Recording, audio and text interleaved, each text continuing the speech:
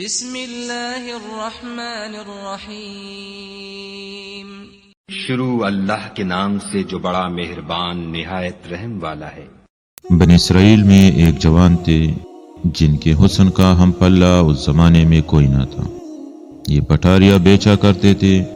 ایک دن وہ پٹاریاں لیے گھوم رہے تھے کہ ایک عورت کسی بادشاہ کے یہاں سے نکلی۔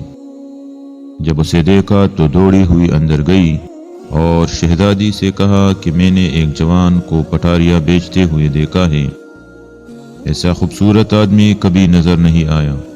شہزادی نے کہا اسے بلا لاؤ۔ اس نے باہر نکل کر اس جوان سے کہا، اے جوان اندر آؤ، ہم بھی خریدیں گے۔ جب وہ اندر داخل ہوا تو اس نے دروازہ بند کر لیا۔ پھر وہ دوسرے دروازے میں داخل ہوا، اسی طرح 3 دروازوں میں داخل ہوا اور اس نے دروازہ بند کر لیا۔ پھر شہزادی سینہ اور چہرہ کھولے ہوئے اس کے سامنے آئی۔ اس جوان نے کہا کہ اپنی ضرورت کی چیز خرید لو تو میں جاؤں۔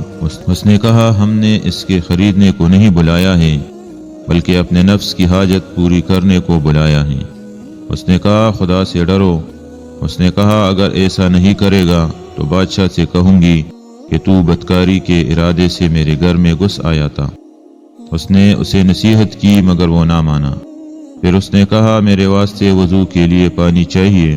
کہنے لگی مجھ سے بہانہ نہ کر، اور لونڈی سے کہا اس کے واسطے چھت پر وضو کا پانی رکھ دو جہاں سے یہ کسی طرح بھاگ نہ سکے۔ وہ چھت زمین سے 40 گز اونچی تھی۔ جب اوپر پہنچا تو کہنے لگا، اے اللہ مجھے برے کام پر مجبور کیا جاتا ہے لیکن میں اپنے آپ کو یہاں سے گرا دینا ارتکاب گناہ سے اچھا جانتا ہوں۔ پھر بسم اللہ کہہ کر چھت سے کود پڑا۔ اللہ تعالیٰ نے ایک فرشتہ بھیجا جس نے اس کو بازو سے پکڑ کر زمین پر کھڑا کر دیا۔ اسے کچھ تکلیف نہ ہونے پائی۔ پھر دعا کی، اے اللہ اگر تو چاہے تو مجھے بغیر اس تجارت کے بھی روزی دے سکتا ہے۔ اللہ تعالیٰ نے اس کے پاس سونے کی ایک تیلی بھیجی۔ اس نے اس میں سے جتنا اس کے کپڑے میں سمایا لے لیا۔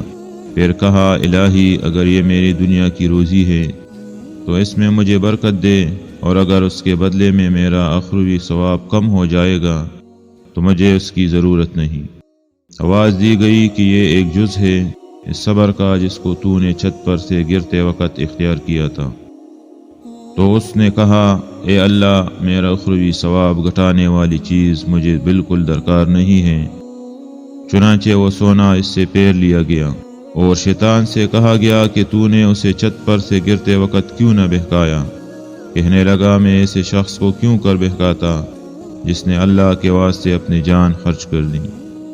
خدا ان پر رحم کرے اور ہمیں ان کی برکت سے مستفیض کرے۔